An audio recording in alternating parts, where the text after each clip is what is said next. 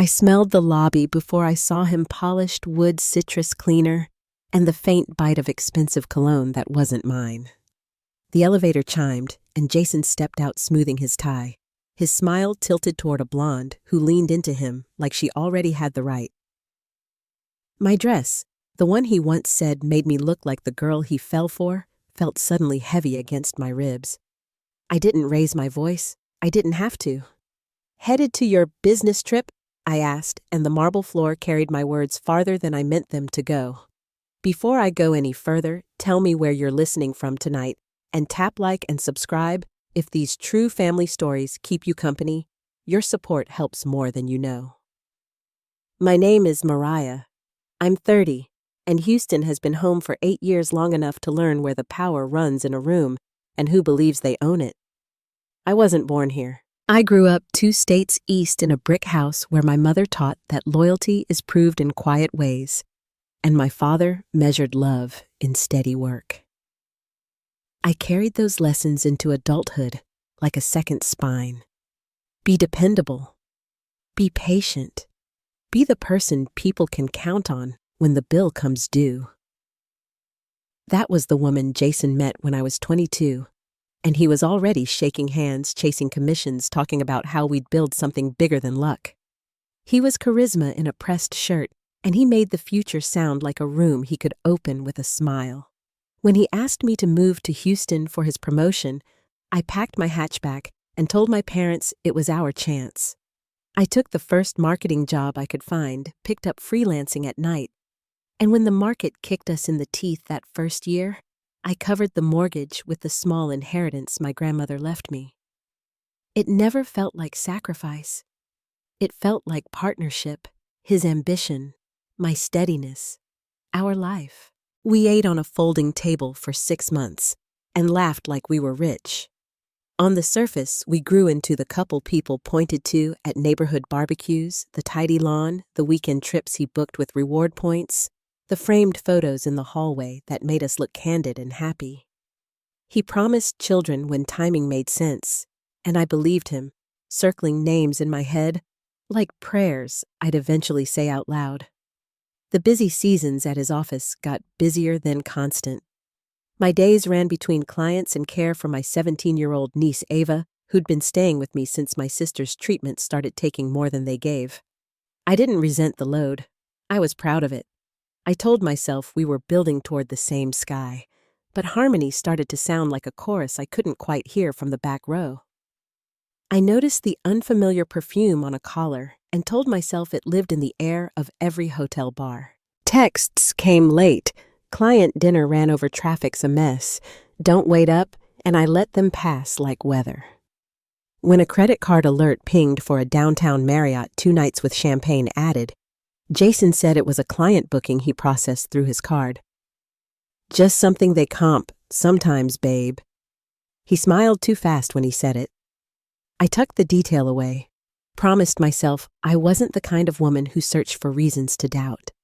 The truth is, I was very good at making sense of things that hurt. I rerouted disappointment into errands and made dinner anyway.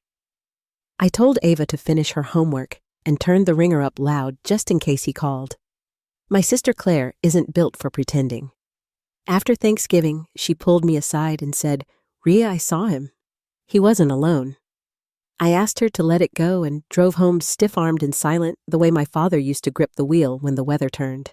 Then my niece, being a teenager with a sharp eye, scrolled past a rooftop photo Jason, a glass in his hand, leaning into a woman whose hair caught the light like a dare. The image didn't wind me. It emptied me, and the empty filled with something steadier than rage. I stopped asking questions that invited a lie.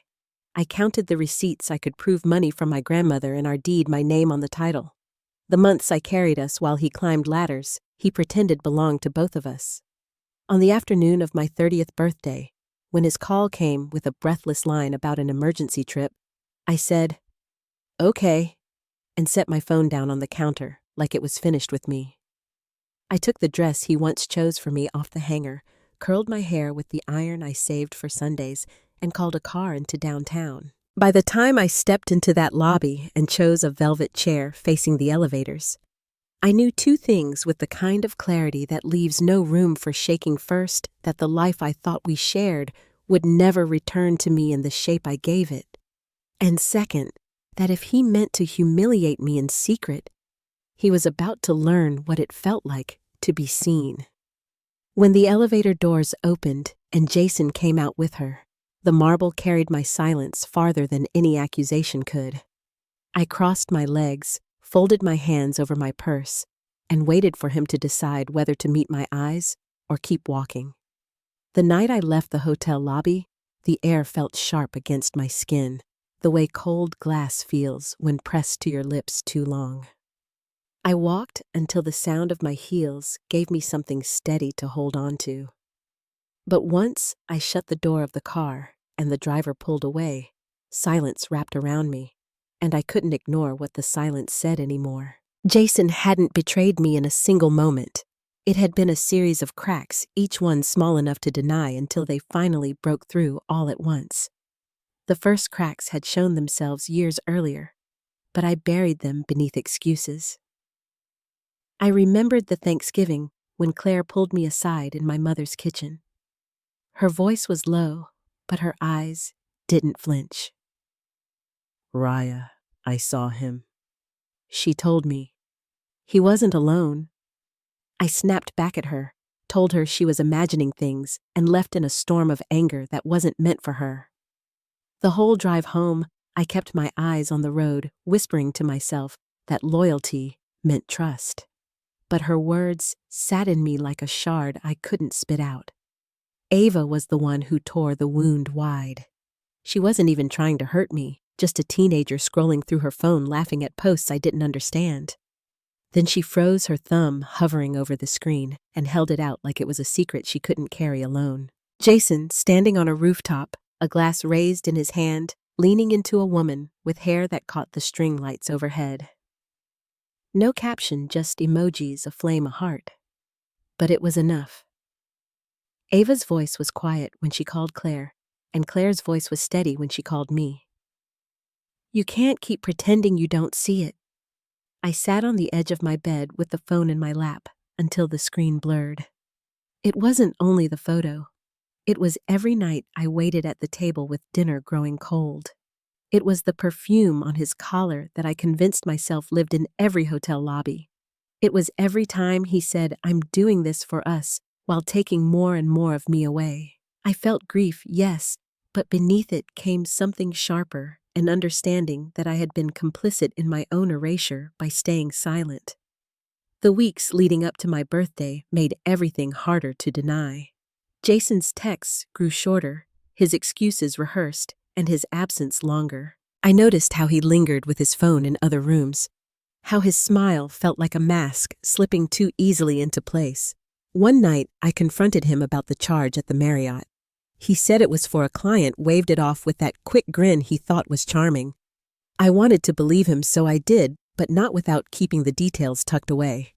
I told myself I wasn't the kind of woman who checked receipts, but maybe I should have been all along.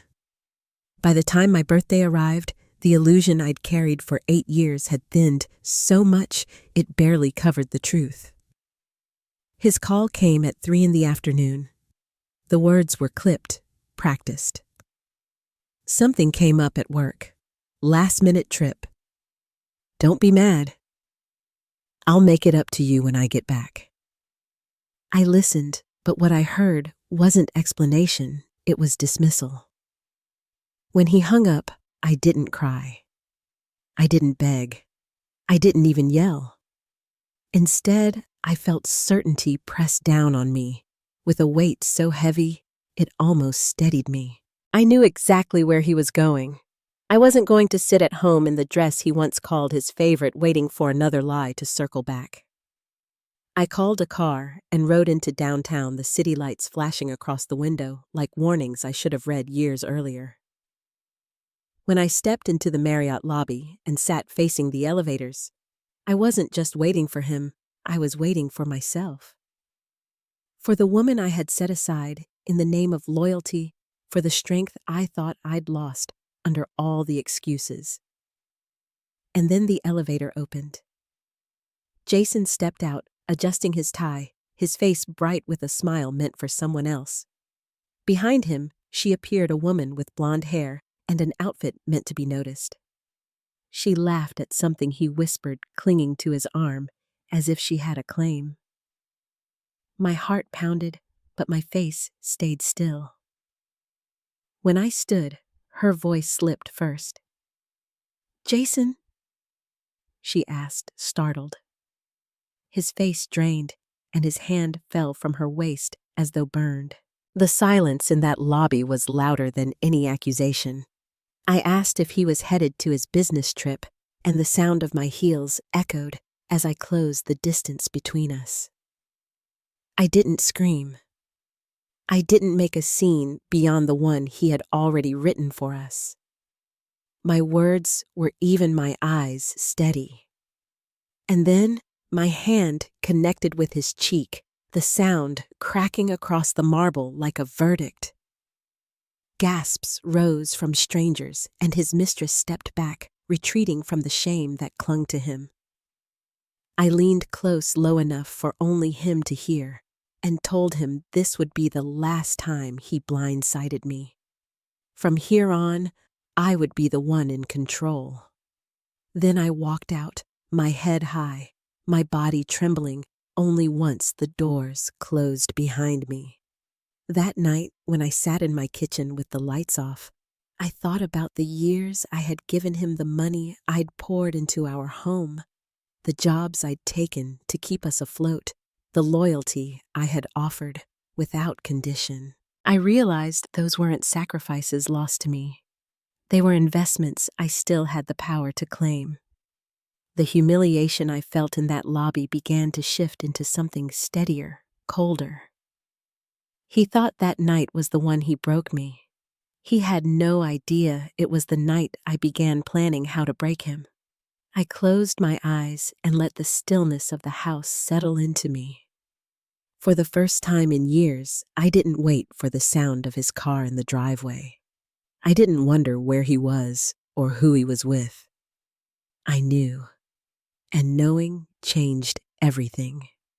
Tomorrow, I would begin with the accounts, the paperwork, the quiet steps that would turn his lies against him. But for that night, I allowed myself to feel the weight of what I had seen and the clarity that came with no longer pretending.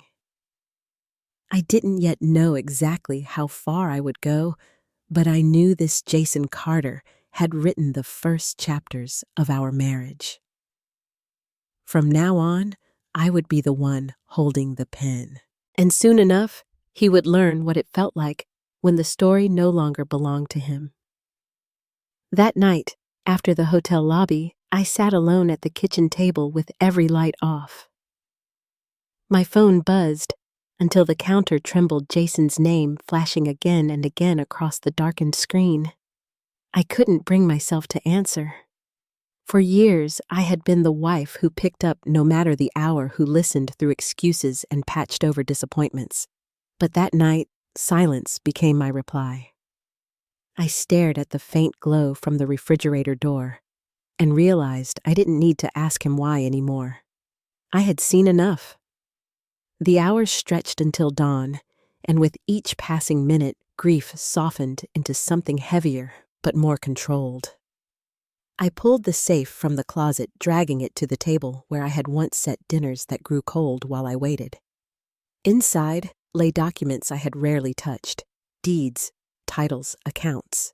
I spread them out in neat rows until the table looked like a chessboard. My inheritance had helped secure more of it than Jason ever admitted, and staring at those papers reminded me that this life wasn't just his. It was ours, built on sacrifices I had made in silence. I opened my laptop, fingers steady as I navigated through our joint accounts. The history spilled across the screen: hotel charges, restaurant tabs, a jewelry purchase I had never seen. My chest tightened, but my hands didn't shake. I froze the credit cards one by one, not locking him out completely, but shifting control back to me. He would discover soon enough that his convenience no longer ran on my trust. Then I pulled up an email draft I had saved months earlier for a divorce attorney named Susan Whitaker. I had never pressed send before. That night, I did. The house was quiet when Jason stumbled home the next morning, his tie loose and his shirt wrinkled. He stopped in the doorway looking at me with bloodshot eyes. "Mariah, please." He started, his voice breaking. "Let me explain." I didn't rise from where I was packing a box of my own belongings. "You've explained enough," I said, sealing the lid with a strip of tape that sounded louder than his words. He stepped closer, desperation leaking from every gesture. It wasn't what it looked like. I made a mistake. A stupid mistake. Don't do anything rash. I set the tape down and stood meeting his eyes. Rash. You think this is rash? I've given you years. My loyalty, my family's money, my inheritance. And you spent it all chasing yourself. Don't tell me about rash. His mouth opened, but I cut him off, lifting the stack of documents from the table. The accounts are frozen. The cards won't work. The house isn't yours to gamble with, and I have copies of everything. The color drained from his face as he realized how fast I had moved. He had expected tears. Instead, he found preparation. When I walked past him with the box, his hand shot out to grab my arm. I pulled away, my voice even. "Don't touch me unless it's through a lawyer." His face crumpled, but I didn't pause. I carried the box to the car, slid it into the trunk, and drove off. For the first time in years, clarity settled inside me like a steady flame. Not joy, not yet, but purpose. In the rearview mirror, Jason stood in the doorway with his hands on his head, looking smaller than I had ever seen him. That image stayed with me. 2 nights later, the first sign of my new control arrived. My phone buzzed with a notification, 3 failed attempts on the joint card at a gas station, each within minutes of the other. I pictured him at the pump, sliding the card again and again, sweat forming at his temples as the clerk watched with pity. Jason hadn't carried cash in years, too used to waving his plastic like a badge of power. Now the badge was gone. The next morning, his voicemail was curt. "Mariah, this has gone too far. You can't just cut me off like this. Call me back." I didn't. Instead, I let the silence do the work. Word travels quickly in circles where image matters. Within a week, a mutual friend reached out. "Is everything okay?" "Jason looked rattled at lunch yesterday." I didn't answer. I wanted whispers to spread without my hand guiding them. And they did. He was unraveling in places I didn't even need to see. One evening, I returned to the house to pick up more belongings. He was pacing the kitchen with the phone pressed to his ear. "No, listen," he whispered. "I'll get the funds. This is temporary. My wife is being difficult, but I'll handle it." I set my keys down with a deliberate click, and his head whipped around. He froze mid-sentence, his face draining of color. I didn't say a word. I simply picked up my box and walked past him. Silence followed me from room to room, heavier than shouting ever could. Even the mistress wasn't immune. A colleague of mine spotted her at brunch with friends. Instead of admiration, she drew whispers and sidelong glances. My friend said she looked miserable stabbing at her food, while her companions laughed at something she wasn't included in. Sleeping with a married man didn't make her envied. It made her a spectacle. Jason's family began to notice as well. Evan, his younger brother, appeared at my door one evening. "I don't know what's going on," he said awkwardly, hands shoved deep in his pockets. "But he looks like hell. Whatever he did, I'm not blind. You've got people on your side." His words hit deeper than I expected. For years, I thought they only saw me as the outsider. Now the tide was shifting. Jason grew desperate. One afternoon at the grocery store, he appeared suddenly stepping in front of my cart. His shirt was wrinkled, his face unshaven, his eyes frantic. "We need to talk," he said, gripping the handle. I straightened and told him to move. "Mariah, please, you don't understand what this is doing to me. I can't access my accounts. My cards won't work. People are calling me every hour. Just stop this. We can figure it out. I'll cut her off." A laugh escaped me before I could stop it. "Cut her off. That's your offer." His jaw tightened. "You're destroying me." I leaned closer, my voice steady. "No, Jason, you destroyed yourself. I'm just making sure the wreckage lands where it belongs." He let go of the cart as though it burned. A mother with a toddler froze mid-step watching us. A man holding grocery bags raised his eyebrows following the scene. The humiliation washed over Jason in real time, his shoulders sagging as though even strangers could see through him. I loaded my groceries into the trunk with deliberate calm, each movement reminding him he no longer controlled the story. When I drove away, he stood staring at the asphalt deflated. That night, I realized something had shifted. Jason wasn't just losing money or reputation. He was losing the script of his life, the one where he was always the man, admired, the one in charge, the one untouchable. Now, for the first time, people pitied him. And pity is its own kind of ruin. The steps I had taken, freezing cards, holding the documents, refusing his calls, were only the beginning. I didn't need to raise my voice. The silence and the evidence spoke louder than anything I could say. But deep down, I knew this was only the first phase. There were bigger battles ahead, ones that would not end in whispers at gas stations or awkward run-ins at the grocery store. I was no longer the woman who waited at the window. I was the woman who had seen the truth and chosen not to look away. And soon, Jason would understand what it meant to be exposed not just in front of strangers, but in front of the people who knew him best. It was Diane who called me, her voice softer than I'd ever heard it. "Mariah, come to Sunday dinner," she said. "Please, it's time." Normally, I would have found an excuse, but something in her tone pulled me in. I wanted to see what time meant in her eyes, so I agreed. The house smelled of garlic bread and roasted chicken when I stepped inside, the kind of warmth that once made me feel folded into the Carter family. Diane greeted me with a squeeze of the hand, relief flashing across her tired face. Robert nodded from his chair, stiff but not unkind, and Evan gave me the kind of smile that said without words that he was glad I came. Plates clinked as cousins shifted in their seats, and the table filled with small talk that felt rehearsed, as though everyone was waiting for a cue. Jason arrived late as usual, but this time he wasn't alone. She walked in behind him, the woman from the lobby, trying to carry herself with poise, but shrinking under the weight of so many eyes. The air went brittle. Diane dropped the serving spoon back into the dish with a sharp clatter. Robert's jaw tightened as he pushed back in his chair.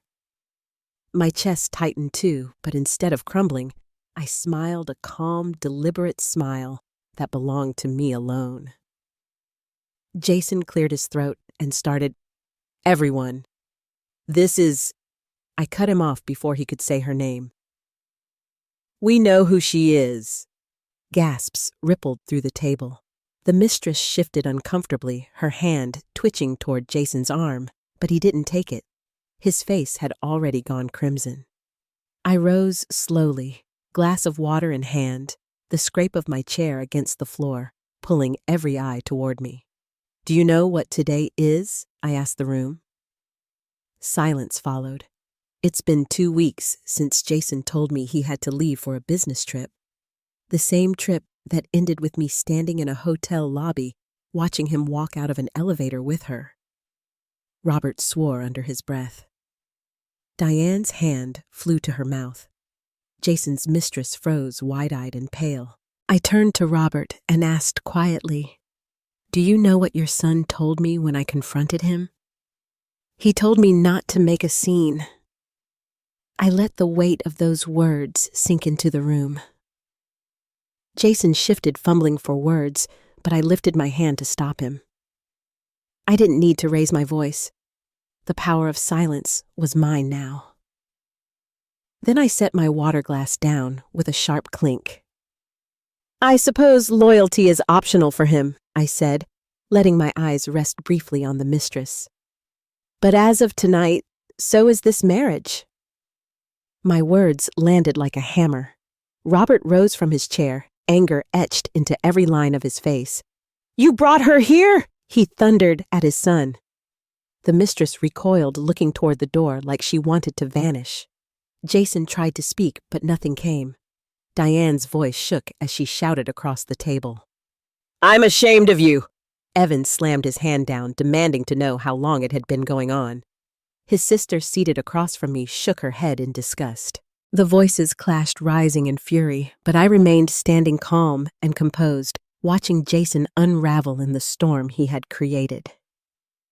When the noise reached its peak, I picked up my purse and spoke over them, my voice slicing through the chaos. "You wanted to play house with her, fine, but don't forget you've lost a wife, a family, and your dignity in one night, and you'll never get them back." Then I left the table and walked out into the night. By the time I reached my car, my phone was already buzzing with messages. A cousin wrote, "Everyone is talking, you destroyed him." Evan sent another, "He deserved every second. Don't stop now." I didn't need their validation, but the words told me the tide had turned. Jason wasn't just failing in my eyes, he was failing in theirs too. It didn't take long for word to spread beyond that dining room. Someone had recorded part of the scene on their phone, and within days, my line about loyalty being optional was circulating in group chats. Soon, it slipped onto Facebook, shared by neighbors and co-workers. One afternoon at a coffee shop, I overheard two women whispering about the man who brought his mistress to Sunday dinner. They didn't know I was standing behind them. The humiliation wasn't mine anymore. It was his. His colleagues saw it. His neighbors whispered, and even those who once admired him began shaking their heads. The life he had built on charm and ambition was crumbling under the weight of his own choices. As for the mistress, she didn't last long. A week later, I heard she'd left him worn down by the backlash and tired of being the punchline. But for me, it wasn't about gossip. It was about balance. It was about reclaiming the power he thought he had taken from me. That night at Sunday dinner, I hadn't just spoken for myself. I had exposed him to the people who mattered most in his world. And from then on, every whisper, every sideways glance, every door closed in his face, carried my silence behind it. Still, I knew Jason. He wouldn't go down quietly. He would try to control the story, to paint me as bitter or vindictive, to claw back the image he prized above everything else. And I would be ready when he did. After Sunday dinner, Jason must have realized just how far his reputation had slipped. Whispers were no longer confined to our family. I started hearing his name at coffee shops and in checkout lines, always followed by a laugh or a shake of the head. He knew he needed to fight back, and fighting back was what he tried to do. The calls began first. Mutual friends reached out to me with a careful tone saying Jason had been explaining himself. He told them I was bitter, that I had misunderstood that the woman at the hotel was nothing more than a colleague. He painted me as unstable, vindictive, eager to tear down what he had built. It was the same arrogance he always carried, believing he could charm people into forgetting what their own eyes had seen. Then came his big move. 2 weeks later, a video appeared on his social media page. I saw it because someone forwarded me the link before I even logged on. He sat behind his office desk, dressed in a crisp shirt and carefully knotted tie, speaking in the solemn tones of a politician caught in scandal. "I want to address the rumors," he began, looking directly into the camera. "My marriage has been struggling for some time, and while mistakes were made, the truth is more complicated than what has been shared. He went on to say he still loved me, that he hoped for understanding, that people shouldn't believe everything they heard. It was a performance one he had rehearsed in the mirror, until every pause and sigh landed just so. The comments rolled in fast, some sympathetic, but most skeptical. People enjoy a show, but they believe proof more than words. And proof was something I had in abundance even if I hadn't planned to use it. I didn't have to. Claire stepped in. She had saved screenshots of his late-night texts to me, the ones where he promised he was working while his credit card showed a champagne purchase at the Marriott bar. She uploaded them to a private group, and from there they spread. "Out of town tonight, babe. Don't wait up," one message read, time-stamped, at the exact moment his card was charged. The contradiction was undeniable. Ava had kept the rooftop photo too. Jason leaning into the blonde woman, glass in hand, smiling the way he once smiled at me in the early days when we had nothing but each other.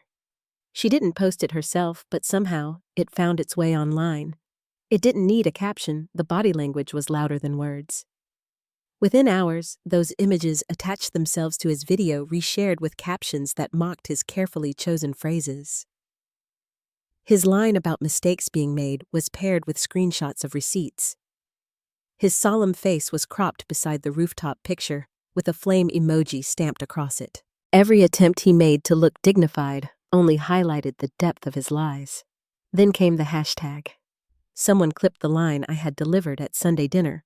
Loyalty is optional for him, and paired it with the screenshots. The phrase spread like wildfire, stamped across memes, tweets, and Facebook posts. Optional loyalty. It became shorthand for betrayal, used by strangers who had never met either of us. Jason's name became attached to it, a symbol of the very thing he wanted to deny. The fallout reached his work quickly. A client pulled out of a contract citing reputational concerns. His LinkedIn page turned sour as former colleagues left comments hinting they weren't surprised.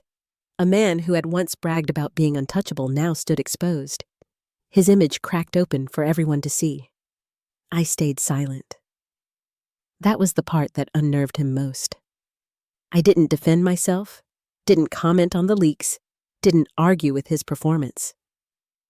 I simply let the truth speak, and the truth was far louder than any words I could have chosen. The mistress tried to salvage her part of the story. She posted an image on her social media with a vague caption, "People only know half the story. Don't judge what you don't understand." It backfired immediately. The comments flooded in, calling her delusional, selfish, a homewrecker. By the end of the week, she had set her account to private, retreating from the noise she had helped create. Jason grew angrier. One evening, he showed up at my door, his fists clenched at his sides. "You think this is funny?" he demanded, his voice raw. "You're ruining me. Do you know how many calls I've gotten? Do you know what this is doing to my career?" I crossed my arms and stood in the doorway, blocking his way. "You did this to yourself," I said evenly. He lowered his voice, glancing across the street when he realized our neighbor was watching. "You don't understand. I can't fix this if you keep letting people post." A laugh slipped out of me before I could stop it. "Letting people newsflash, Jason, you're broadcasting your own downfall." "I don't have to lift a finger." His mask cracked, then panic flashing across his eyes, and he stepped back. The panic only grew. A week later, an anonymous thread appeared online. Screenshots of him messaging multiple women offering mentorship that always led to drinks, late-night invitations, and promises he never meant to keep. The usernames matched his old email addresses. No matter how he denied it, the digital trail was undeniable. Optional loyalty spread further. It wasn't just a hashtag anymore. It was a meme, a joke people used when talking about cheating. And Jason's face was there over and over again, cropped beside captions that mocked the man he pretended to be. His attempts to craft a story of misunderstanding collapsed under the weight of evidence. For me, the victory wasn't in the gossip. It was in watching him realize that his story no longer belonged to him. In the modern world, stories don't stay in the hands of the guilty. They belong to the audience. And the audience had made its choice. Jason had spent years building a reputation brick by brick, shaping himself into a man admired by colleagues and neighbors. In a matter of weeks, that reputation was swept away, replaced by laughter and ridicule. He had wanted status above all else, but now he was a punchline, a cautionary tale shared in whispers and reposts. I didn't celebrate. I didn't need to. The silence of knowing he had lost what mattered most to him was enough. My war wasn't about spectacle. It was about reclaiming my dignity. And this was only the beginning. Because while his reputation was crumbling in the court of public opinion, I was preparing for the next arena, the one that carried the most weight. The courtroom. The court filings went in on a Wednesday morning. I sat across from Susan Whitaker, a woman with calm eyes and a steady voice, as she slid the stack of papers toward me. "Once you sign," she said, "it begins." I thought about the hotel lobby, the Sunday dinner, the video he posted with his carefully rehearsed voice. All of it had brought me to this table. I didn't hesitate. My pen scratched across the paper with the certainty of someone who had waited too long. Within days, Jason was served.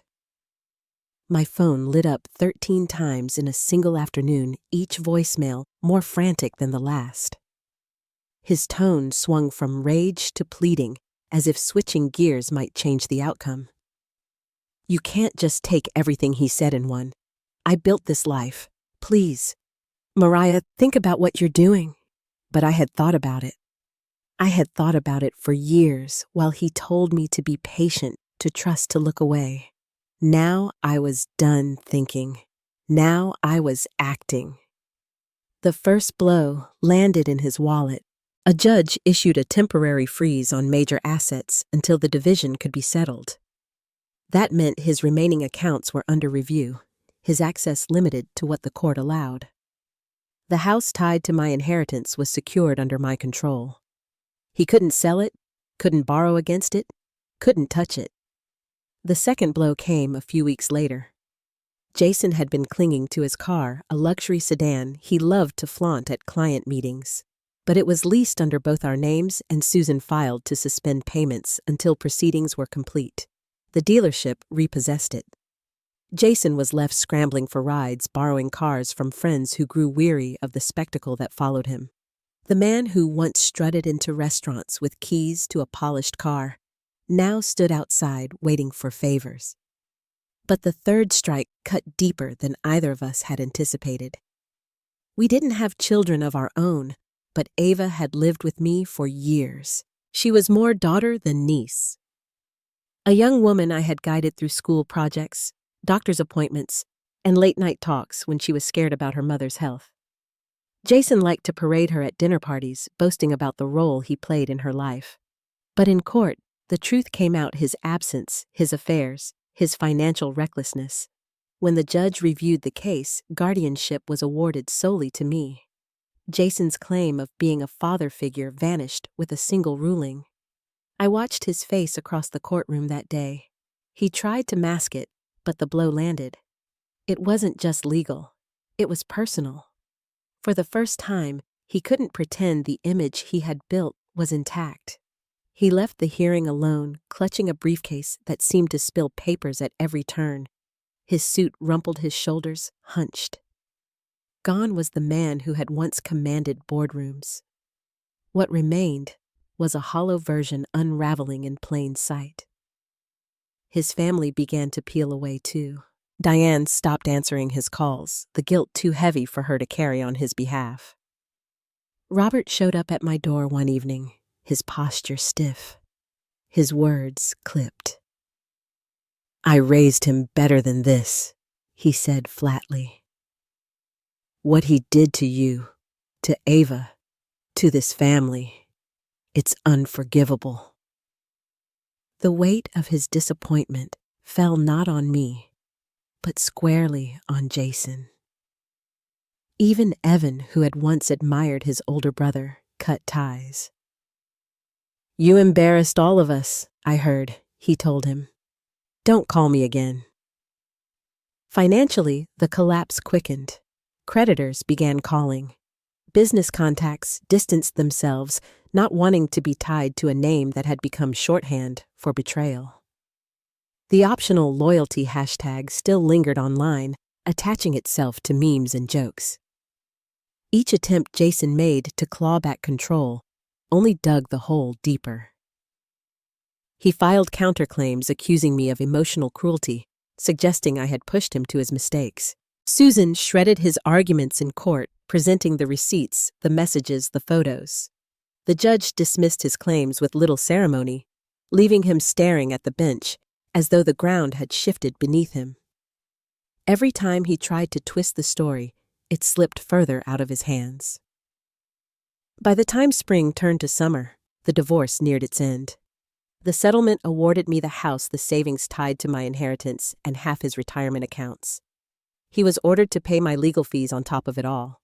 He left with a fraction of what he once flaunted, stripped of the empire he had built on lies. The day he moved out for good, I stood by the window as a battered pickup truck pulled into the driveway. No moving company came, just Jason and two friends hauling boxes into the bed of the truck. Neighbors peeked through curtains, whispering behind half-open doors. The man who had once paraded through this neighborhood as though he owned it now slunk away, his head bowed. He didn't look up at me, but I didn't need him to. That wasn't my concern anymore. Word spread quickly. Jason had rented a small apartment near the freeway, living paycheck to paycheck after clients withdrew. He had gone from tailored suits to discount racks, from fine dining to takeout pizza. Every support he once leaned on, financial, social, familial, was gone. I didn't toast his downfall. I didn't throw a party. Revenge wasn't champagne and celebration. It was balance. It was the steady knowledge that the weight he had tried to dump on me now sat squarely on his shoulders. When I lay down at night, the silence in my house wasn't loneliness. It was freedom. Still, there was one last chapter to close. Jason wasn't finished trying to pull me back into his orbit. Even stripped of nearly everything, he still clung to the hope that I might be the one to steady him. But I wasn't that woman anymore. And soon he would stand in front of me and learn what it felt like to beg for the very thing he had always denied me. It happened on a gray Tuesday, months after the divorce decree was finalized. I had just left the courthouse after signing the last of the property documents, one more nail closing off the remnants of our shared life. The sidewalk smelled faintly of wet concrete, the air heavy with a drizzle that hadn't yet turned into rain. I pulled my coat tighter and stepped toward the parking lot, thinking the chapter was done. Then I heard my name, Mariah. His voice was thinner than I remembered, stripped of its practiced confidence. I turned, and there he was. Jason stood at the bottom of the courthouse steps, wearing a suit that sagged at the shoulders, its wrinkles more pronounced than its color. His face was hollow with shadows under his eyes and stubble along his jaw. For a moment, I hardly recognized the man who once carried himself like he owned every room. "Please," he said, taking a hesitant step closer. "Just hear me out." I could have walked away. I should have. But something in me, maybe the part that needed to see the wreckage up close, stayed. "Go ahead," I said evenly. His throat worked as he swallowed. His eyes darted to the ground before finding mine again. "I know I messed up," he started.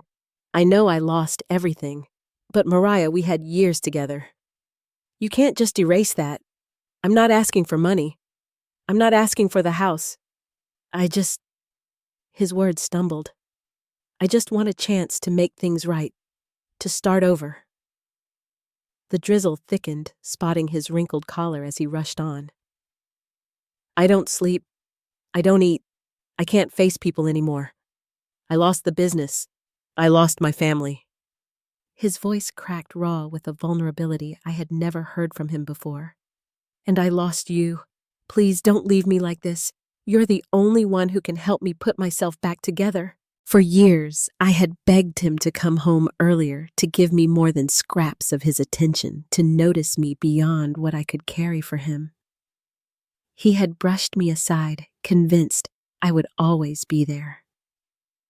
Now, standing broken in the drizzle, he asked for the very thing he had denied me. "You want me to fix you?" I asked quietly. His head nodded quickly, desperation written across every line of his face. "Yes, just give me one more chance. I can change." For a brief moment, I studied him, not with longing, not with pity, but with a clear recognition. This wasn't love. This wasn't redemption. This was a man drowning, clutching for the nearest lifeline, and I refused to be that rope.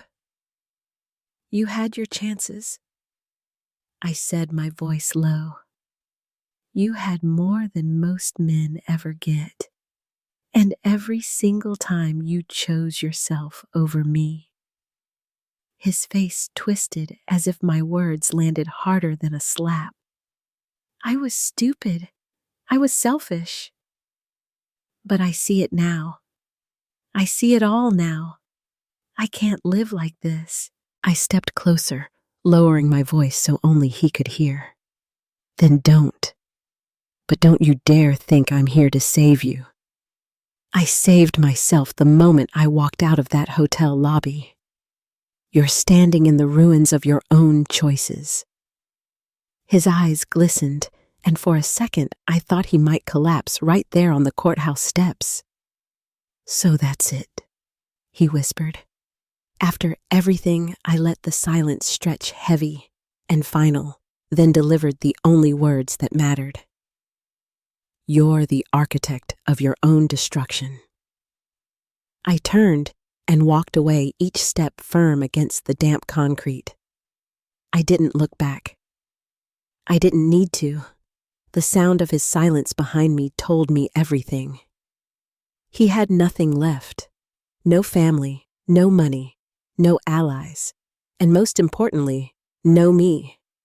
As I crossed the street, the gray sky cracked sunlight slipping through in narrow beams that warmed my face. For the first time in a long time, I felt that light without shadows trailing me. I didn't rush to the car. I didn't let his presence chase me anymore.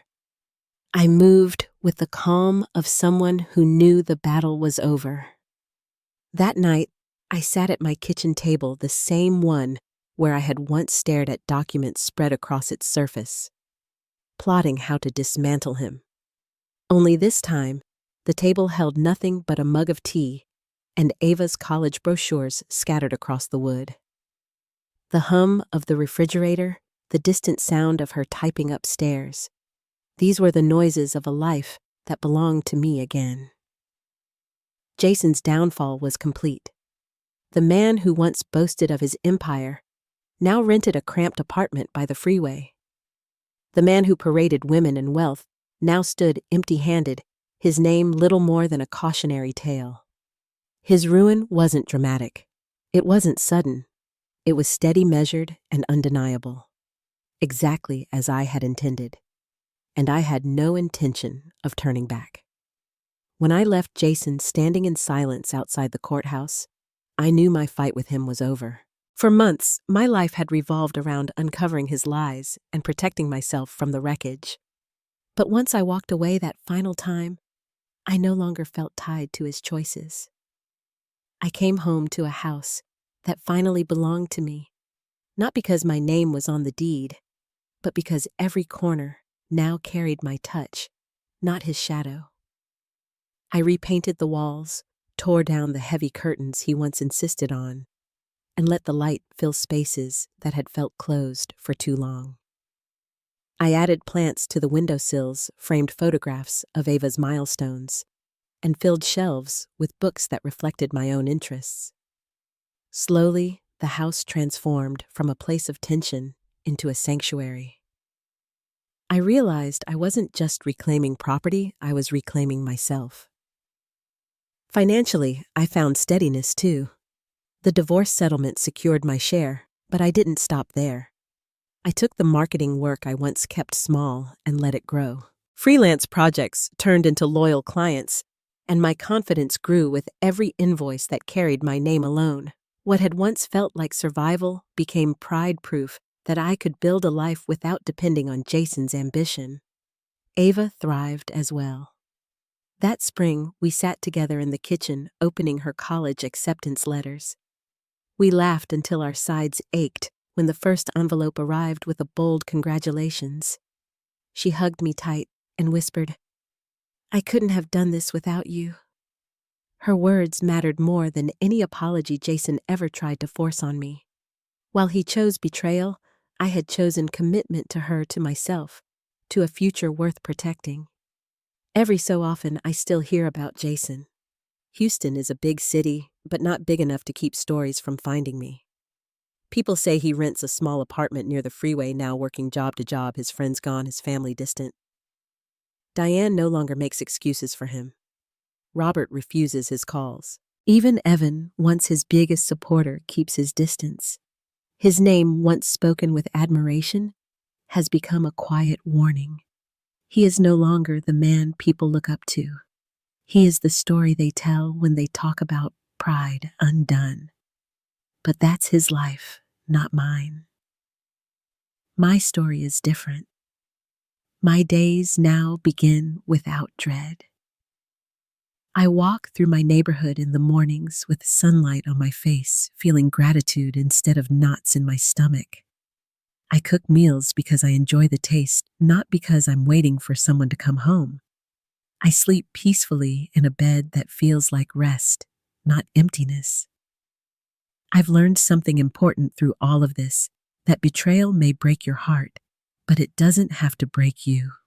Sometimes it clears a path you never would have chosen, but one you're better for walking. Justice doesn't always arrive in grand gestures. Sometimes it comes in the quiet, when you finally reclaim your dignity and stop letting someone else define your worth. Jason's destruction was his own design, and I didn't need to carry it for him. My victory was not in watching him fall, but in choosing to rise. And if I could tell anyone listening one thing, it would be this: your freedom begins the moment you stop waiting for someone to change, and you choose yourself instead. Before we close, I'd love to know which part of this journey spoke most to you. Share your thoughts in the comments, and if you'd like to hear more true family stories, stay connected here.